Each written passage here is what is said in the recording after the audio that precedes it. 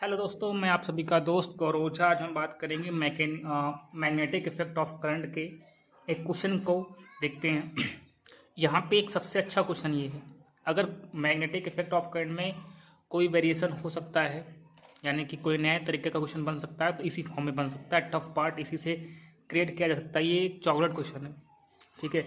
ये एक chocolate question है। आइए पढ़ते हैं। If current density in solid cylinder is varying with the distance from central axis as J is equal to KR², find magnetic field at internal and external point of cylinder if radius of cylinder is R। Question समझिए ध्यान से। Question क्या कह रहा है कि आपके पास एक सॉलिड सिलेंडर है। क्या है? आपके पास एक सॉलिड सिलेंडर है, ठीक है। सॉलिड सिलेंडर है, ठीक। अब सॉलिड सिलेंडर में यहाँ पे मैंने मान ली इसकी एक्सिस, ठीक है। क्या कर रहा है?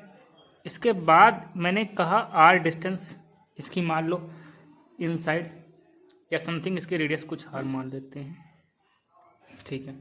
इसके रेडियस आर है और कह रहा है कि इसके किसी इंटरनल, ठीक है, मैंने एक मान लिया इसका एक्स, इसी इंटरनल और किसी एक्सटर्नल पॉइंट, ठीक है, किसी इंटरनल और किसी एक्सटर्नल पॉइंट पर आपको मैग्नेटिक फील्ड निकालनी है, ठीक है। मैग्नेटिक फील्ड निकालनी, अब समझते हैं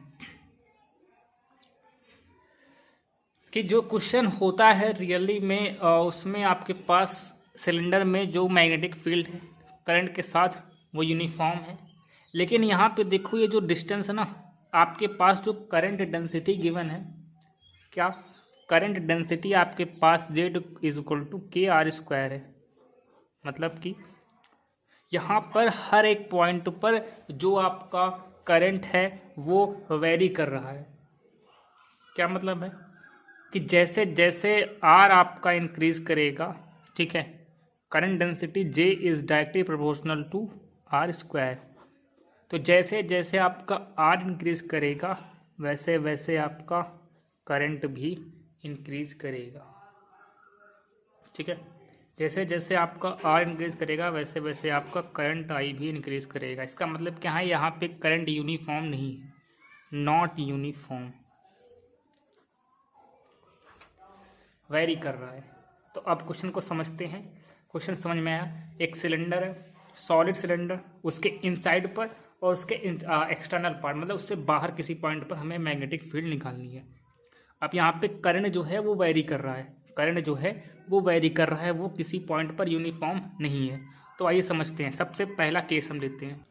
तो यहाँ पे सबसे पहले आपका है इंटरनल पॉइंट।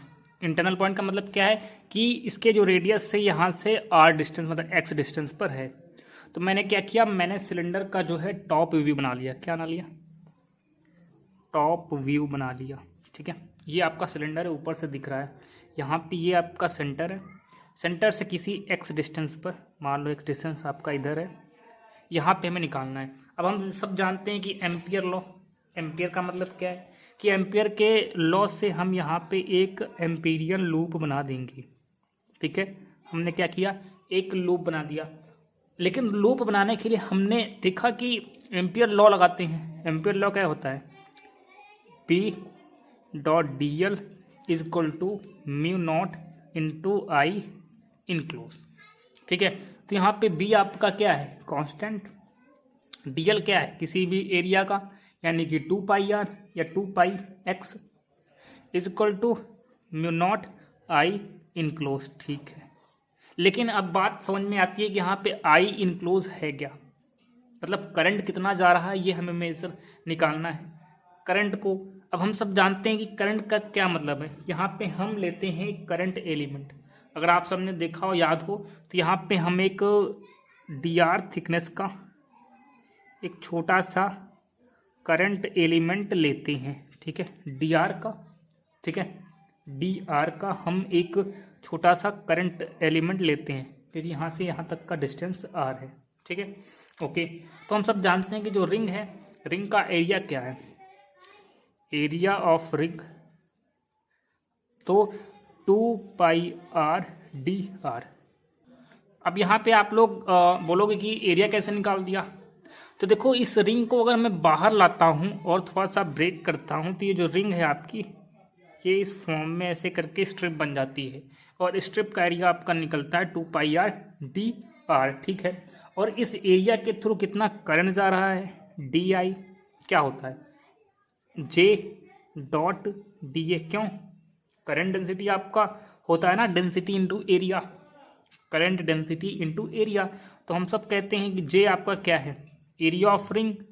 ठीक है, तो J ऊपर गिवन है kr²।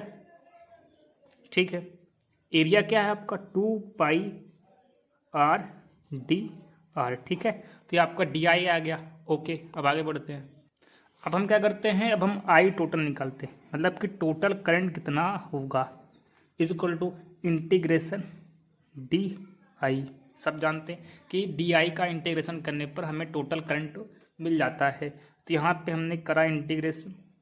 ठीक है, di क्या है 2π, r को मैंने r से मल्टीप्लाई किया स्क्वायर से, तो 2π के r³d/r। अब यहाँ पे देखते हैं लिमिट क्या लेगी, सबसे बड़ा फंडा लिमिट का। लिमिट हम लगाते हैं तो कहाँ से कहाँ तक जा रहे हैं, हम सबसे पहले सेंटर से स्टार्ट कर रहे हैं। करंट आपका कहाँ से कहाँ वेरी कर रहा है, एक सेंटर से यानी कि 0 से कहाँ तक, x तक ना, x मतलब जिस पॉइंट पर हमें निकालना है तो वहाँ तक वेरी कर रहा है। ओके, अब मैंने क्या किया, जो चीज़ें कांस्टेंट थी, 2 कांस्टेंट है, पाई कांस्टेंट है, k कांस्टेंट है, मैंने बाहर कर लिया। r³ का इंटीग्रेशन क्या होता है, चलो एक बार सब लोग बताइए। तो इसका हो जाएगा r⁴/4 और लिमिट आपकी 0 से x। जब हम इसको पुट करेंगे तो आपका जो i आएगा, ये क्या आता है, ये जो आपका i आएगा ये आता है 2। तो यहाँ से मैंने इसको कैंसिल कर दिया, तो आपका क्या हो जाएगा पाई के, यहाँ पे हम x की वैल्यू पुट करेंगे तो x⁴/2। ठीक है, पाई के x⁴/2 आपका क्या आ गया, i आ गया। तो हमने ऊपर एक्सप्रेशन लिखा था P.2πr is equal to μ0 into I enclose. हमने इसमें i की वैल्यू पुट कर दी क्योंकि i इनक्लोज आपका कितना है, तो B.2πr इज इक्वल टू μ0।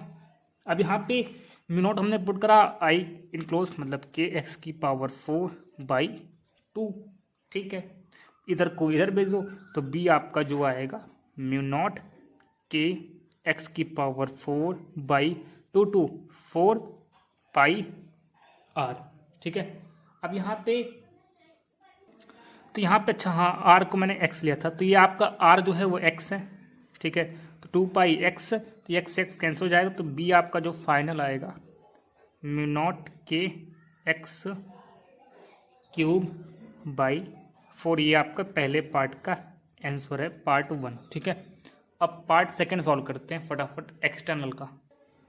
तो अब हम सॉल्व करेंगे किसी एक्सटर्नल पॉइंट, मतलब कि बाहर किसी पॉइंट पर। ठीक है, ये P है, तो मैंने कहा ये आपका करंट फ्लो कर रहा है, तो मैंने यहाँ पे एक एम्पीरियन लूप बना दिया, एम्पीयर लूप मैंने बना दिया। ठीक है, P पॉइंट पर हमें निकालना है। तो हम सब जानते हैं कि मैग्नेटिक फील्ड क्या होता है, मैग्नेटिक फील्ड होता है आपका